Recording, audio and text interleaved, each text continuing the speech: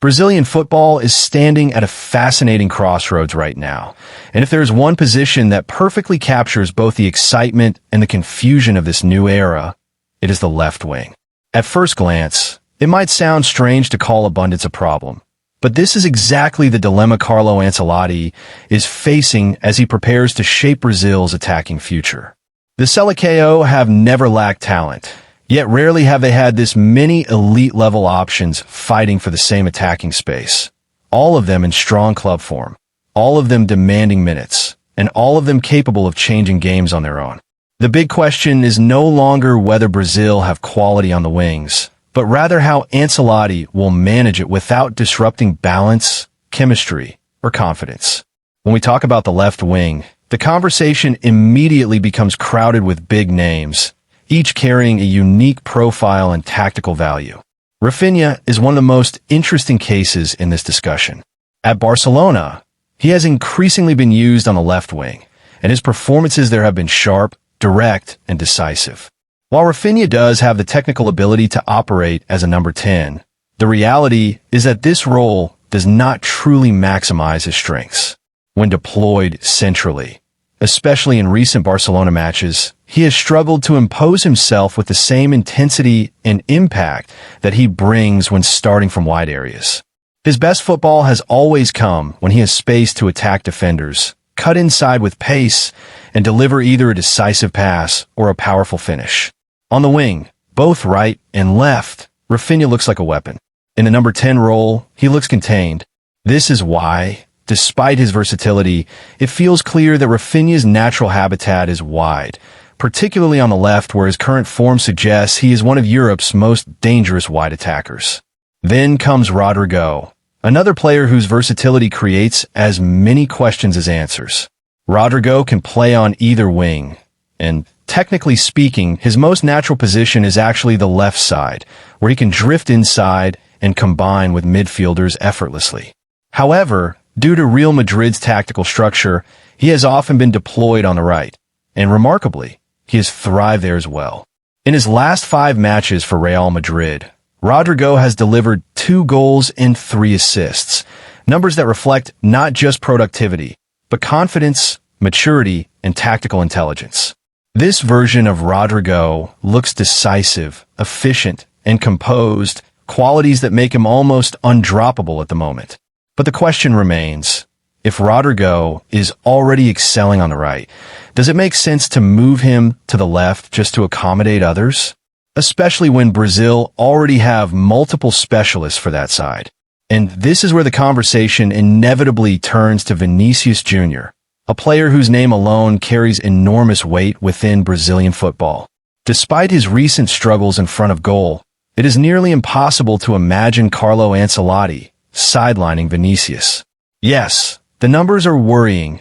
No goals in his last 18 matches across competitions, with the only exception being his recent strike for Brazil against Korea, but form does not erase status overnight. Vinicius is still viewed as the emotional and symbolic heir to Brazil's attacking legacy. However, this current phase represents a critical moment in his career. It is not just about goals. It is about decision-making, composure, and focus. At times, Vinicius appears to overplay situations, exaggerate contact, or attempt to force moments rather than letting the game flow naturally. These tendencies are far more visible when he wears the Brazilian shirt, where expectation, pressure, and emotion seem to amplify every action. The concern is not that Vinicius lacks quality. His talent is unquestionable, but that his game occasionally drifts away from simplicity, causing him to miss easy chances or lose rhythm. In contrast, Gabriel Martinelli's trajectory has been steadily rising, and his recent development has added a new layer to this debate. Martinelli has always had blistering pace, relentless energy, and fearless movement, but what has truly elevated him recently is his improved finishing. His ability to convert chances with composure has transformed him from a high-potential winger into a genuine goal threat. This evolution makes him an incredibly attractive option on the left wing, especially in matches where efficiency matters more than flair. Martinelli does not overcomplicate his game. He attacks space, presses aggressively, and finishes decisively. In many ways, his style represents the pure football approach that Brazilian fans often demand from their attackers. Adding to this already crowded picture is Igor Paisao, a name that may not yet dominate headlines, but represents the depth of Brazil's winger pool.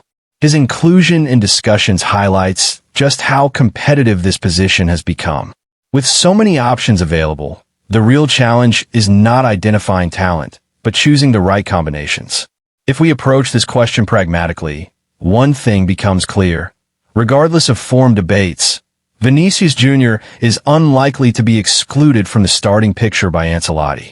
Love him or criticize him, Vinicius remains a cornerstone of Brazil's attacking identity. So, if Vinicius occupies the left wing, the next question is who complements him best, Rodrygo or Martinelli?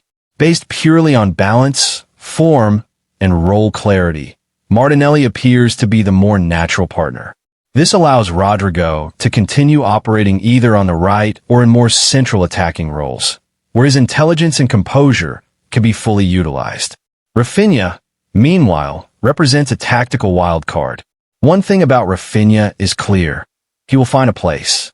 Whether it is on the left, the right, or in an advanced attacking role, his work rate, pressing ability, and attacking output make him too valuable to ignore. The real dilemma arises when considering whether Raphinha and Rodrygo can coexist in the same lineup. On paper, the answer is yes. In practice, it becomes more complicated, especially when Neymar returns to the squad.